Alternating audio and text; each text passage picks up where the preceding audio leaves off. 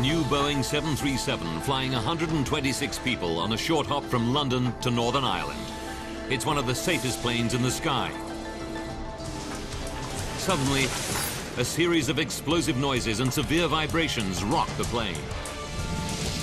It crashes just meters from the safety of a runway. 47 people die. Are they victims of a terrorist act, or was this a freak accident? Now, using advanced computer simulations, we reveal what really went wrong on Flight 092. Disasters don't just happen, they're a chain of critical events. Unravel the clues and count down those final seconds from disaster.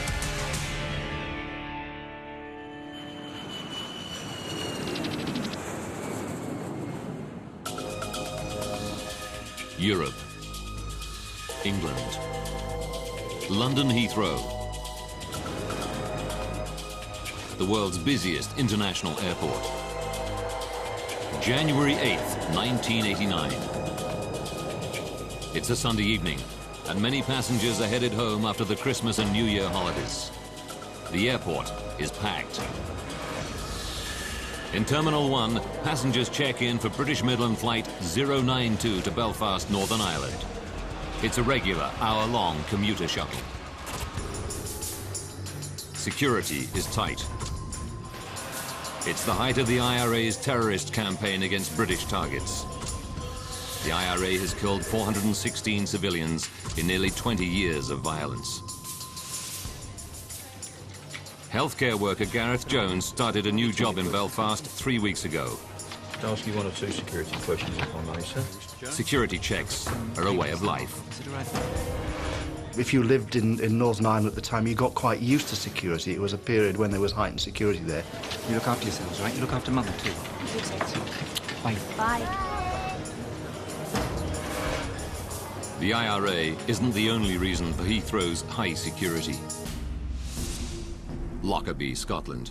3 weeks earlier, a terrorist bomb blows apart a Pan Am 747 flying from Heathrow to the US. The explosion kills all 259 people on board and 11 more on the ground. It's the worst ever terrorist attack on a US airliner. The authorities suspect it's the work of an Arab terrorist group.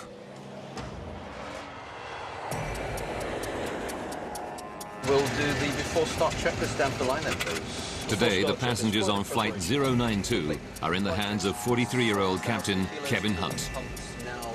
He's one of British Midland's most experienced pilots, with 25 years flying under his belt. Air conditioning and pressurization packs on flight. Flying with him, 39-year-old First Officer David McClelland. Tonight, they're flying an aircraft just 2 months old. It's one of Boeing's new 737-400 series. Boeing launched the aircraft a year earlier in a blaze of publicity. It boasts significant improvements over its predecessors. Its new CFM56 engines are the most powerful of their kind. And the cockpit display features state-of-the-art technology, including computerized TV screens and LED dials, which replace the traditional mechanical gauges. 7:15 p.m. Boarding cars, please. Excellent. 118 passengers board the brand new plane and take their seats.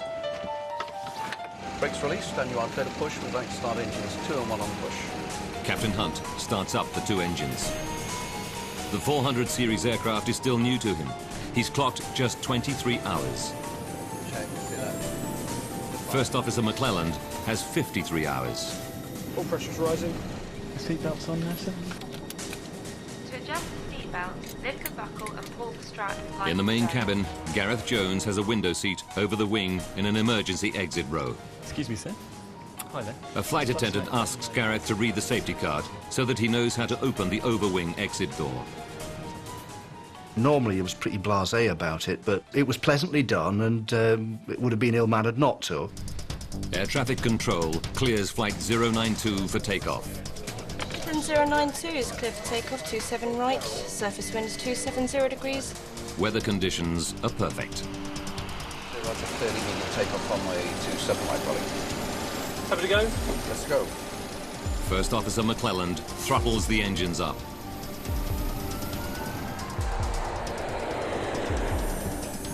V1, rotate. Positive climb. And gear up. Gear up. Hello. 7:52 p.m.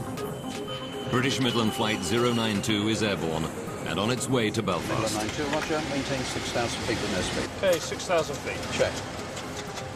Debbie Griffith, age 24, is one of 6 cabin crew on board tonight. She was on standby, but managers called her in at short notice. Yeah, I think so, yeah. She's been a flight attendant for 2 years. I loved the job, basically because I really enjoyed meeting the people. It was a great lifestyle for somebody of that age. Within minutes of takeoff, the cabin crew start the drink service. With the hold-ups behind them, there's a light-hearted atmosphere. Passengers know they'll be on the ground in under 1 hour. 8:05 p.m. 13 minutes into the flight. The aircraft is climbing through 8,500 meters on its way to a cruising altitude of 10,600 meters. Then, without warning, a massive bang.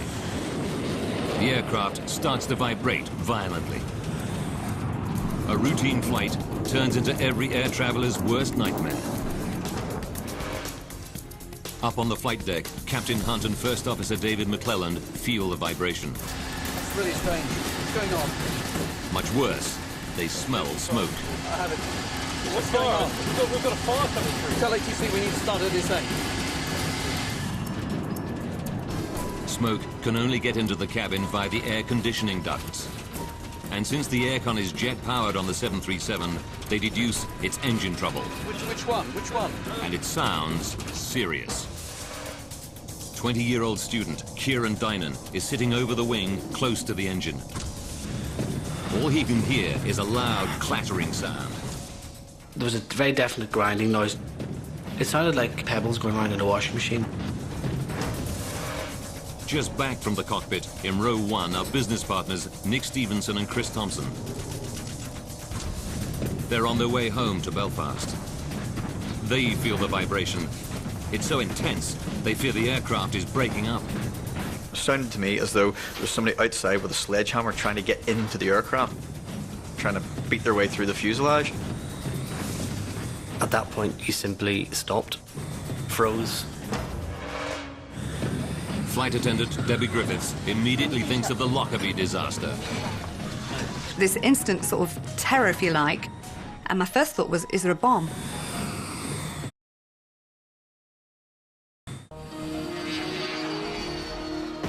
A huge bang and heavy vibrations rock a British Midland flight en route to Northern Ireland. Sitting in a window seat over the wing in row 14 is healthcare worker Gareth Jones. He's busy dealing with a panicking fellow passenger. The lady that was next to me, Teresa, was distressed, so I started to talk to her to try and calm her, but also to help me because it wasn't stress-free for me either. Gareth has good reason to be worried. His seat gives him a clear view of the plane's wing. And what he sees fills him with foreboding. I could look out of the window and see a trail of spark-like emissions from where the engine would be. From their seats in the cockpit, Captain Hunt and First Officer McClelland can't see either of the two engines, so they don't know about the sparks.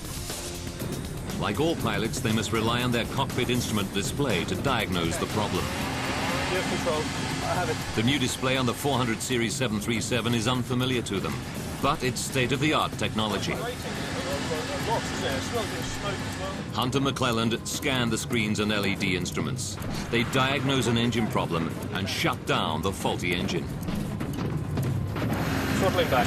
Hey. Okay, shall I go through the... The terrible clunking and vibration immediately cease. The 737 is now behaving normally again.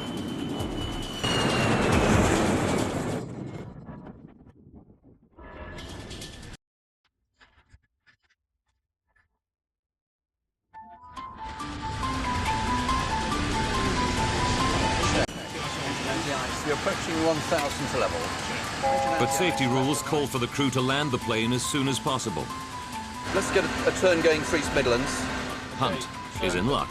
Air traffic control clears him for an emergency landing at East Midlands Airport, just 10 minutes flying time away. Control, fly heading 090, be vectoring for the ILS. Roger, Midland 92, descending flight level 120.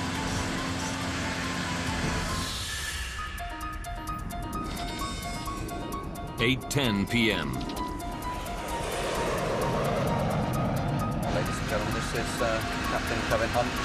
Maybe aware we've had a problem with the aeroplane. The captain goes on the intercom to calm his 118 passengers and to tell them he shut down the malfunctioning engine. We are unfortunately therefore unable to continue our flight into Belfast. He says they'll be safely on the ground in 10 minutes. This should be perfectly routine landing, as I said.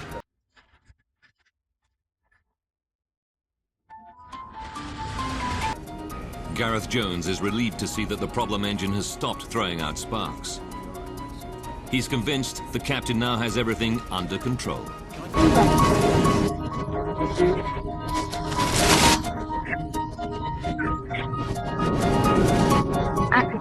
On a break face with her. You and I you. 8:17 p.m. The aircraft descends through 2,000 meters. They're 8 minutes from touchdown. So 160, please, David. 160, flight level 40. 40, and 1 minute later, air traffic control tells Captain Hunt to make a right turn to line up with the runway. Midland 092, descend to altitude 3,000 feet. Midland 92, say altitude 3,000 feet. Check. They're on final approach. The cabin crew take their seats for the remaining few minutes.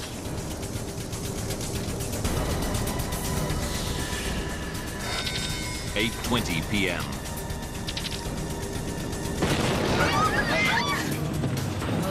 Another, even louder bang rocks the aircraft.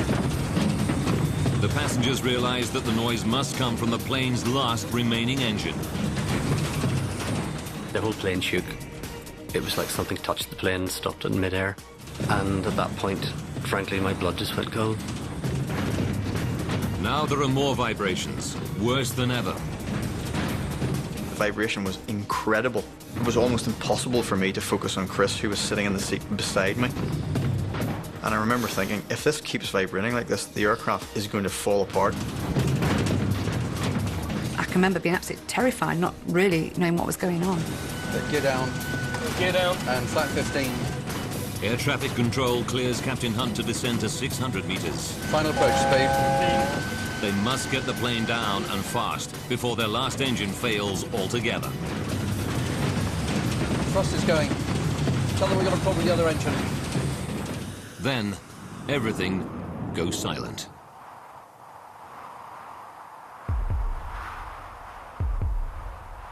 The plane's last engine has given out. The passengers now know they're going down. I actually can't remember the noise of wind going by the plane, just this sort of rushing sound. And the plane then dropped. It started just to go down, like going over the top of a roller coaster. I remember thinking to myself, well, there's nothing you can do about it. If him upstairs wants to take you now...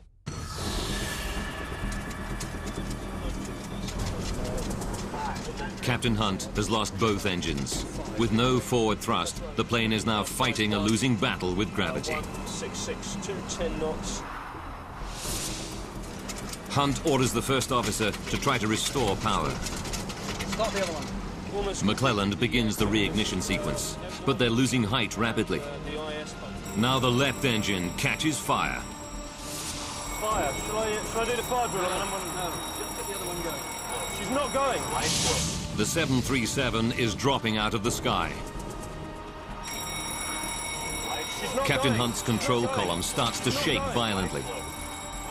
The ground proximity warning system tells him he's coming down too quickly. The pilots can see the airport runway lights less than 2 kilometers away. But there are more lights closer to the plummeting plane. The lights of the M1 motorway, the UK's major north-south artery. If they crash on the motorway, the death toll could be horrendous. It's not going. But Captain Hunt is all out of options. The ground is coming up fast. Somebody on board said, Jesus, we're all going to die. 8:24 p.m. British Midland Flight 092 is just 1 minute from East Midlands Airport. Take flaps 1, please. Speed 190. Captain Hunt can see the runway lights, but he's lost both engines, and one's on fire. His only hope, to keep the aircraft airborne long enough to crash land on the runway. The passengers haven't heard from the captain for 10 minutes, but they know they're going to crash.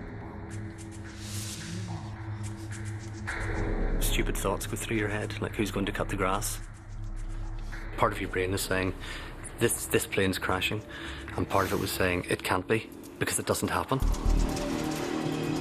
Now Captain Hunt can see the village of Kegworth.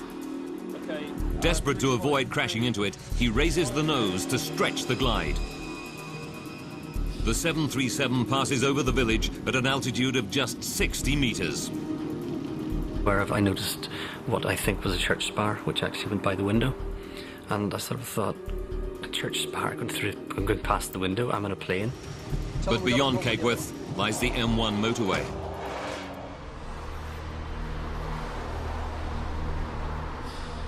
If Captain Hunt can get across this 6-lane road, the safety of the runway is just 900 meters away. Get that. Just start the other one. Get it going. She's not going. Get it up. She's not going.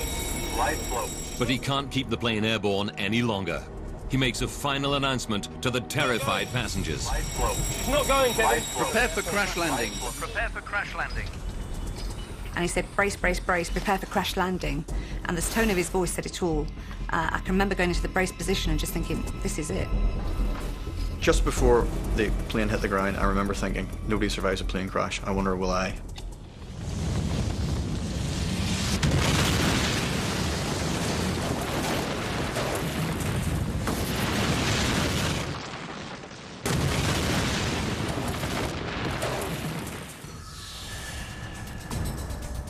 "30 meters before the motorway, the tail section hits the ground and bounces back into the air. The plane smashes through trees near the edge of the motorway. It was horrendous. It just seemed to go on forever. Sort of suck the breath out of you. It careens across the road, destroying a light on the central reservation. The aircraft slams into the embankment on the far side of the M1 and breaks into 3. I just remember being crushed, and then nothing. Total silence. It comes to rest just 900 meters from the safety of the runway. Captain Hunt made it across the motorway, just. Incredibly, no cars are passing at the moment of the crash. Inside the wreckage of the 737's middle section, Gareth Jones and his fellow passenger Teresa are alive. They're sitting over the wing, the strongest part of the aircraft. Gareth is not even badly hurt. He cannot believe his luck, but the danger isn't over yet. When I opened my eyes, I could see the little bush that was on fire and thought, hang on, this is dangerous. We're right over the wing's full of fuel. We better get out of this place pretty quick. It's a miracle the plane's 5,000 plus liters of aviation fuel haven't caught fire. But the fuel is now pouring out of the damaged wings, and one of the engines is still in flames. If the fuel ignites, Gareth and any other survivors will have little chance. Having lived through an air crash, they could still burn to death. Gareth desperately pulls the emergency door handle, but it won't open. Fortunately, I remembered Jamie's instructions on the card and grabbed the handle, pulled the door in and threw it out. Before the crash, Gareth told fellow passenger Teresa that if they survived the impact, he would get her out. I remember sticking my head back in through the hatch and shouting to Teresa, give me a hand, and this little hand appeared out of the blackness. and I remember pulling her out through the door. Now Gareth climbs back into the plane to look for other survivors. He finds a horrifying scene. Twisted wreckage, injured people shouting for help, and others who are ominously silent.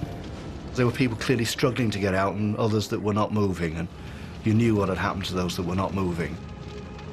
That's one of the memories that will carry with me to my grave. In row 1, in the plane's broken front section, business partners Nick Stevenson and Chris Thompson.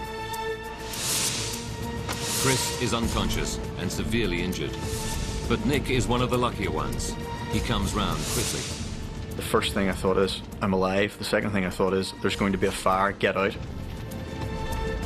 He doesn't have the strength to help Chris. He tries to get up, but a searing pain in his left leg stops him. And yet he knows he must overcome the pain to get out. You know, the survival instinct just takes over. The drive, it's incredible. I just knew I was going to get out. I had to get out. Nothing else was of any importance whatsoever. He reaches a break in the fuselage and shouts to passing drivers who've stopped to help. They said, yeah, we see you, you're okay, you know, we'll get you. Carried me down the embankment. Still trapped in the wreckage of the nose section, flight attendant Debbie Griffith. She's in a bad way, but her main fear is a fuel explosion. Just having real problems breathing and actually felt like I was dying. I was really sort of fighting to live. And I just expected the engines to go. And I can actually remember thinking, I hope the smoke gets to me quickly. And 20-year-old Kieran Dynan hangs right over the edge of the shattered midsection. He's badly injured and drifts in and out of consciousness. All the seats in front of me were gone. There was nothing. It was just debris and nothing. 8:30 p.m. 5 minutes after the crash, the fire crews reach the aircraft. They start to douse the whole area with foam. The fireman shouted through, "We've got the engines out." So at least then I knew that we were in with a fighting chance. Within 2 minutes, the engine fire is out. The rescue can begin.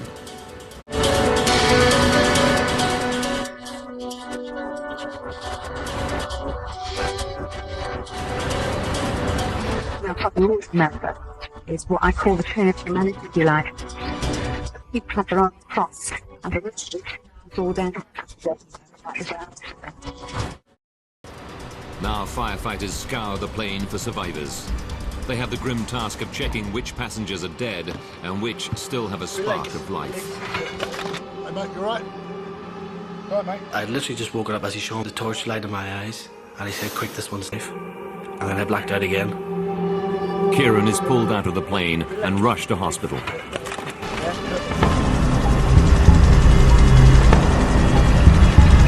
Hours after the crash, rescuers pull the last survivor from the wreckage of British Midland Flight 092. The time is 4:20 in the morning. Of the 126 people on board, the impact kills 39. 8 more die in hospital from their injuries.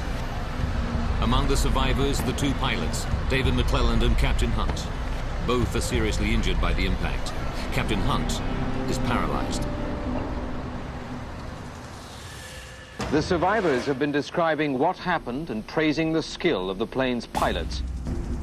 But what could cause a brand new aircraft to simply fall out of the sky? Sabotage by terrorists is one possibility. It's just 3 weeks since a Pan Am 747 exploded in mid-air above the village of Lockerbie in Scotland, killing 270 people. Did a terrorist bomb down this plane too? Now, by rewinding the events of that fateful day and by going deep into the investigation, we can reveal what really happened on Flight 092. Advanced computer simulation will take us where no camera can go, into the heart of the disaster zone.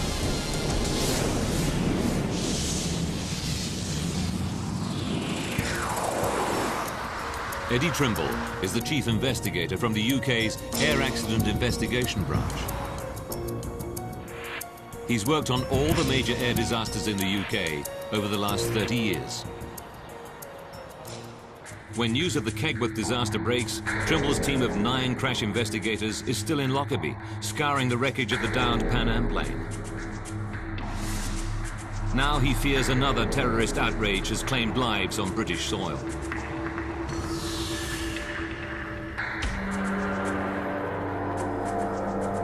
Trimble arrives at the crash scene around midnight, just 4 hours after the accident.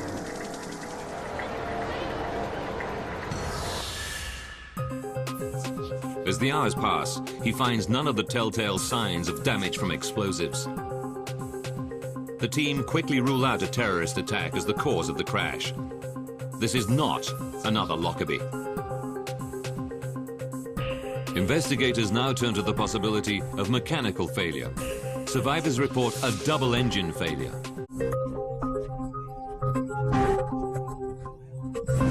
As we came down on the bridge,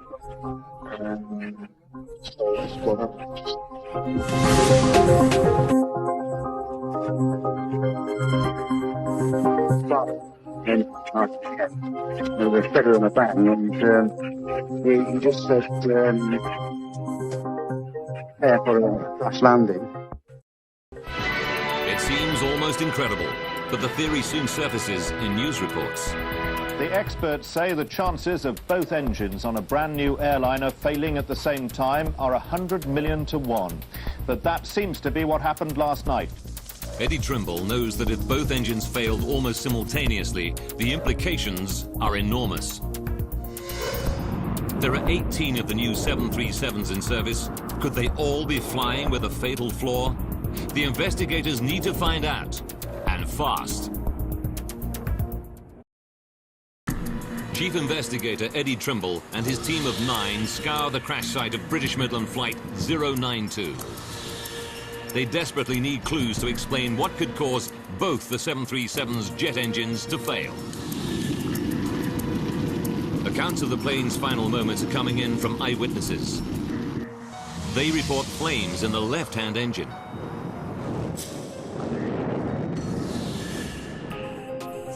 Trimble starts to probe the left engine. It's not an easy job. The crash impact seriously damaged it. But he soon finds something that's clearly not crash-related. The fan blades. Most of them are severely damaged or fractured. Trimble concludes that the fan blade fracture threw debris deep inside the engine. The resulting damage was fatal.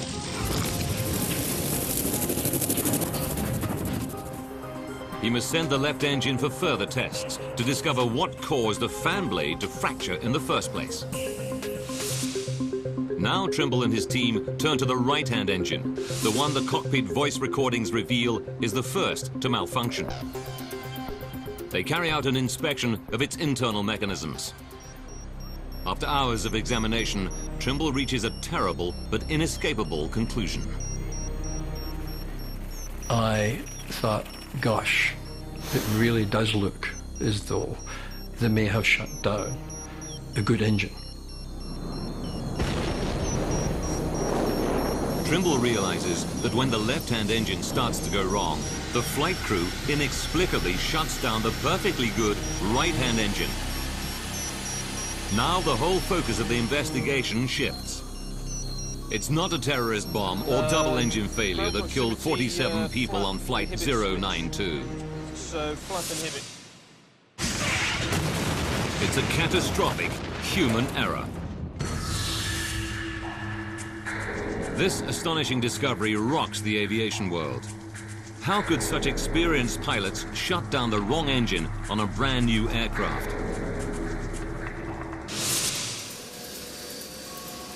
Trimble knows that the plane is one of the new 737-400 series launched a year earlier. First Officer McClelland has flown just 53 hours on the 400 series.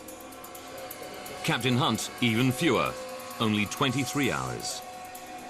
Could the pilot's unfamiliarity with some aspect of the new design have caused the fatal error?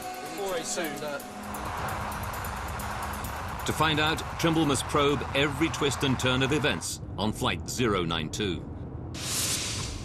Using the cockpit voice recordings, he starts to analyze every decision the pilots took on the flight deck. Okay, we're just turning off the localizer. Tell them we're fully established. Midland 092 is fully established. 8:05 p.m., just under 20 minutes before the crash. On the left engine, a fan blade fractures. The broken piece lodges inside the engine casing. The damage to the fan blade throws the finely calibrated engine out of balance. The engine now starts to shudder violently, setting up a vibration that rocks the whole plane. The fracture fatally damages the left-hand engine. It's now just a matter of time before it fails altogether. The flight crew feel the vibration and smell smoke escaping through the damaged engine seals into the air conditioning ducts. They wrongly assume there's a fire in one of their two engines. It's really vibrating. Captain Hunt asks which is the problem engine. Which one? Which one? The cockpit voice recorder reveals the first act in a terrible chain of events.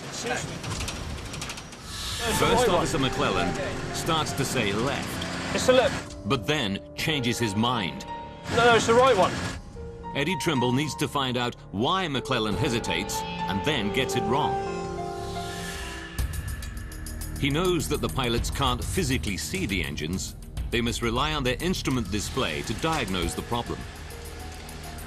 The cockpit display on the new 400 series boasts LED dials and screens in place of traditional mechanical instruments. Did Hunt and McClellan have trouble interpreting its unfamiliar instrument display? Okay, we'll throttle it back. The new display has a meter to monitor unusual vibration on each engine. These should allow the pilots to see at a glance which engine is in trouble.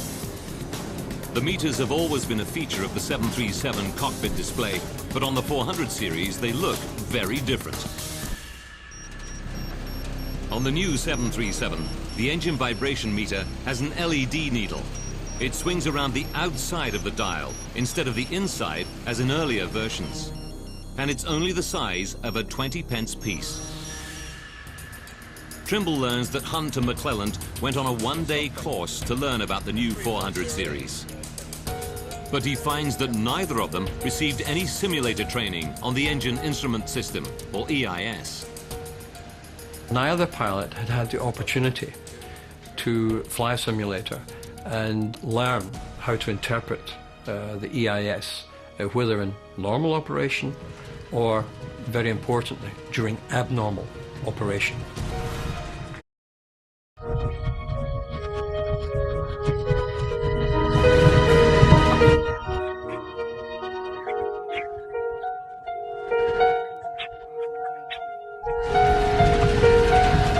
Background on previous aircraft had rather led them to the right the line, but there had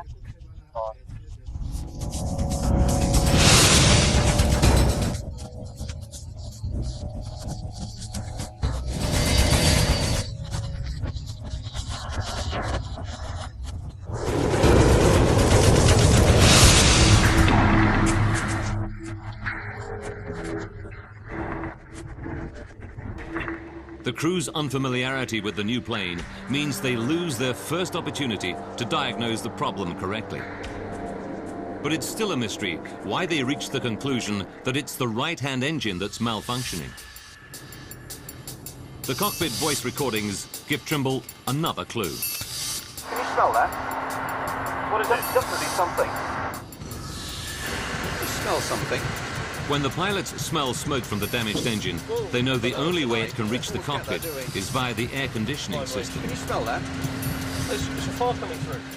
In Captain Hunt's experience, the air conditioning on a 737 is powered by the right-hand engine. Which one is it? No, He assumes that is where the smoke is coming from. Well, throttle it back.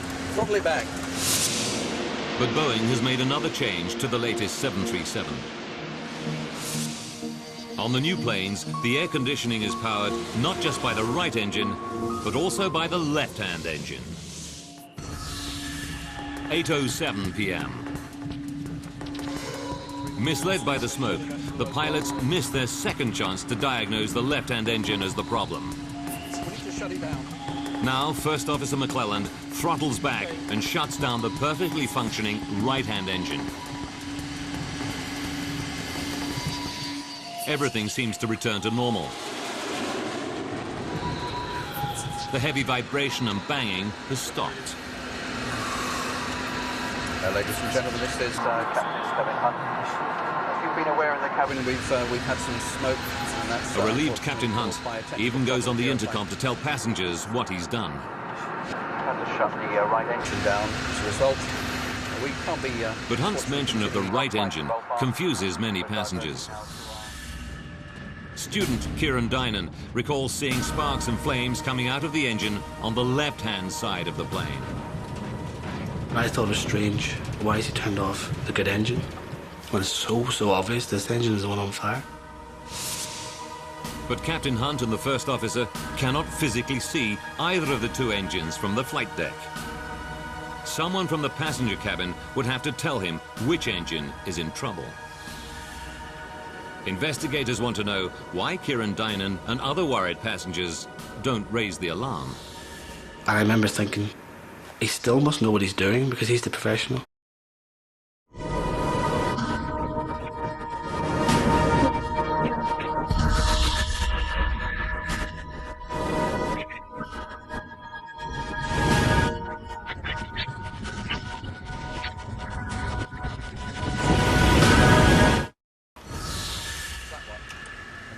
Trimble and his team conclude that this trust in the captain prevents anyone on board from raising the alarm.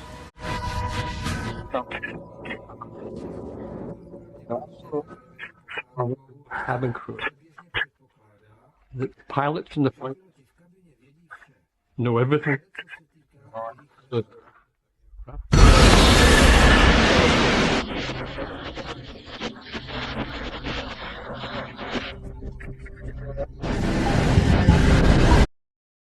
But the investigators still face a big mystery.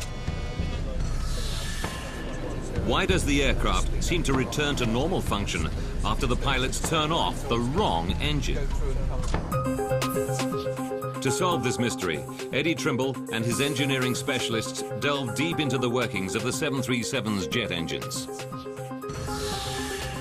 All 737s have an auto throttle, a form of cruise control that maintains the desired airspeed by automatically sending the right amount of fuel to the engines. To shut down the engine, First Officer McClelland must disengage the auto throttle. This returns the plane to full manual operation and allows him to start throttling back the engine. Trimble suspects that this routine step holds the key to the mystery.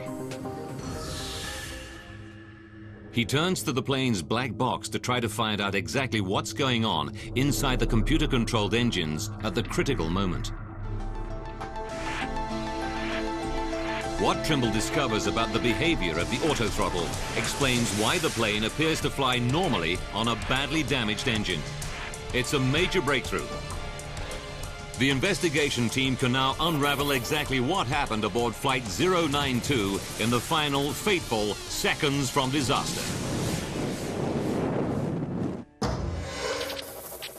8:05 p.m. When the fan blade fractures on the left engine, its fragments damage the engine severely, causing a reduction in fan speed. The auto throttle reacts by pumping more fuel to the stricken engine, trying to maintain the fan speed. This causes the damaged engine to shudder violently and throw out sparks. These ignite surplus fuel, causing the flames seen by the passengers. 8:07 p.m. It's the left. No, it's the right one. Okay, Misled by the smoke coming through the air conditioning, the crew misdiagnosed the problem engine. Captain Hunt orders the fully functioning right-hand engine to be shut down. Okay, throttle it back. First Officer McClelland disengages the auto throttle and instantly pulls back the thrust lever on the right engine. The minute he does so, the vibration stops and the smell of smoke disappears. Eddie Trimble now knows why. Data from the black box reveals that when the pilots disconnect the auto throttle in order to shut down the right engine, both engines return to manual throttle. Sensors inside the damaged left engine detect that it's spinning slower than normal, which triggers a reduction in fuel flow.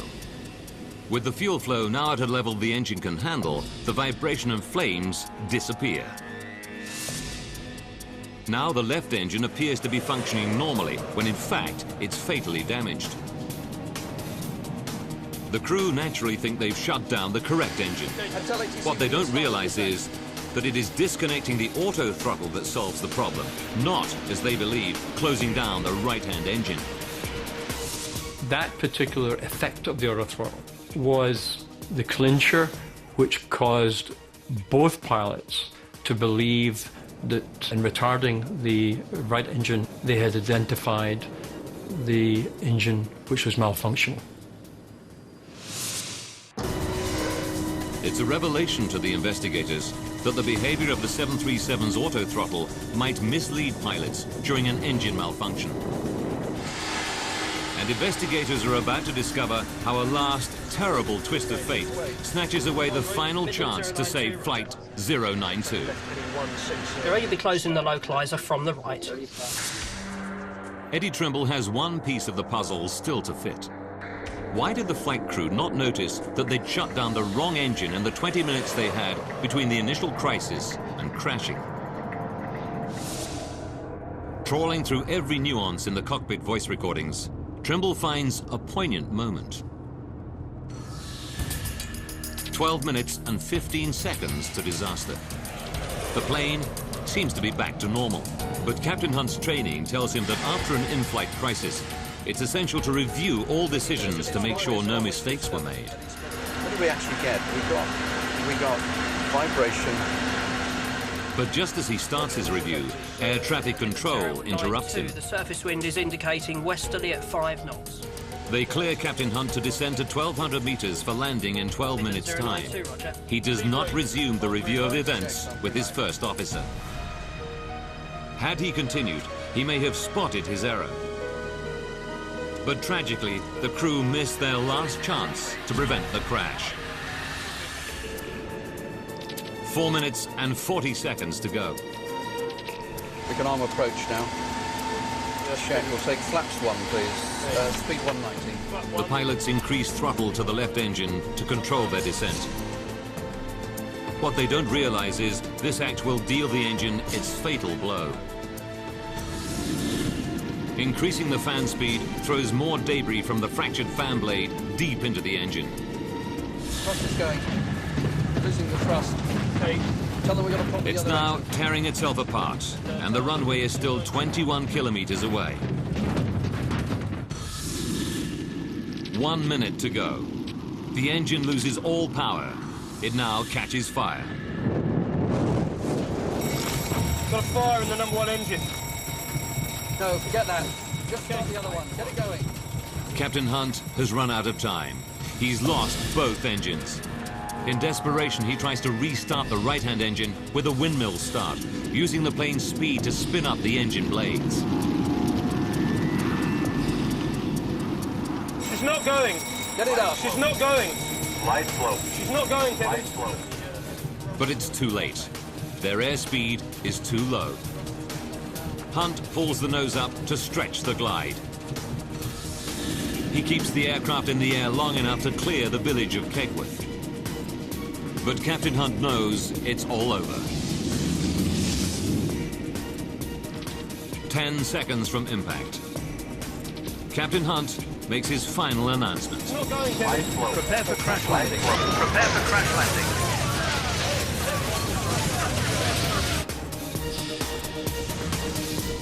At 8:24 and 43 seconds, British Midland Flight 092 crashes into the motorway embankment at 185 kilometers per hour.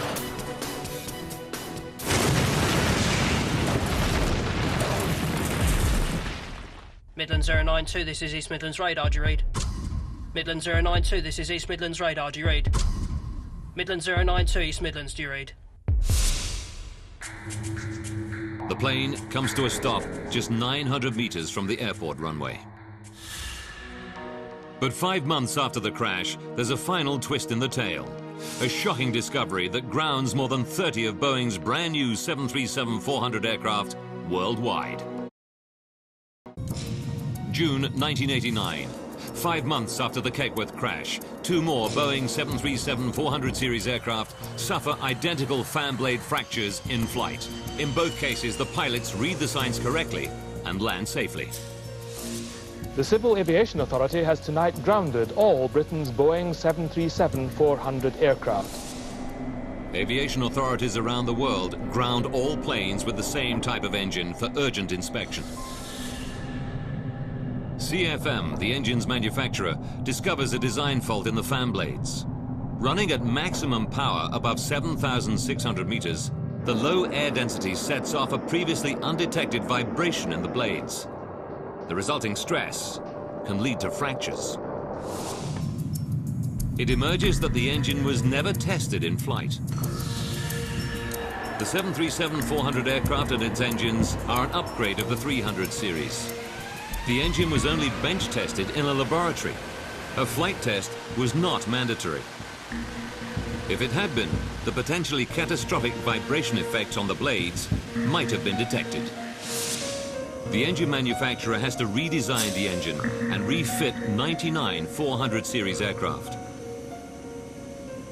Aviation regulations now require manufacturers to flight test all new engines. Just over 18 months after the Kegworth air crash, the Air Accident Investigation Board publishes its report. It concludes that although the pilots made an error in shutting down the wrong engine, there were mitigating factors. Have we go? Let's go. The pilots had received no flight simulator training for the 737-400 series.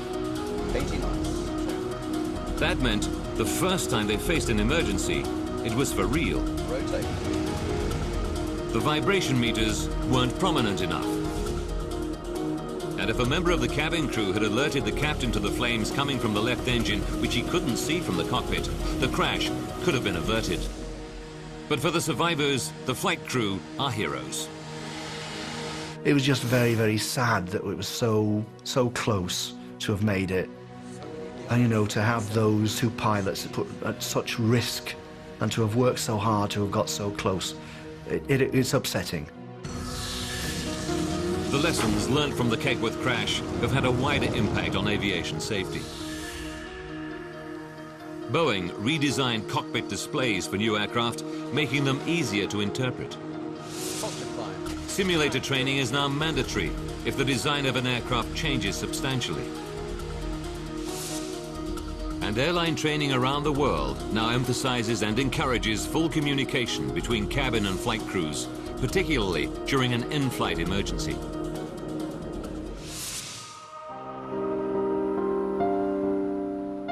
Of the 126 passengers and crew on board, 47 lost their lives. For the survivors, nothing can erase the memory of that dreadful night. But they have rebuilt their lives. Chris Thompson and Nick Stevenson both recovered from their injuries. They're still in business together in Northern Ireland. Kieran Dynan is now married with a young daughter. You know, you still worry about things, but I don't worry about things like I used to anymore. I think all my bad luck came at once, and there's nothing ever as bad is going to happen again. Debbie Griffith left the airline industry to train as a nurse. You can't go through a plane crash without changing. It's made me live for the moment. I've always been fairly happy-go-lucky, but I've never felt bitter. I've never felt, why me, why not me? I'm nothing special. Gareth Jones's physical injuries on the night were minor, but the emotional scars are still with him. You did feel dirty afterwards that, you know, why me? Why did I survive? What had I done that was special? And to a degree that lives with me to this day. I don't know why I escaped, apart from picking a lucky seat. The Boeing 737 is still the world's most popular aircraft. Today, a 737 takes off somewhere in the world every 5 seconds. Its safety record is one of the best in aviation.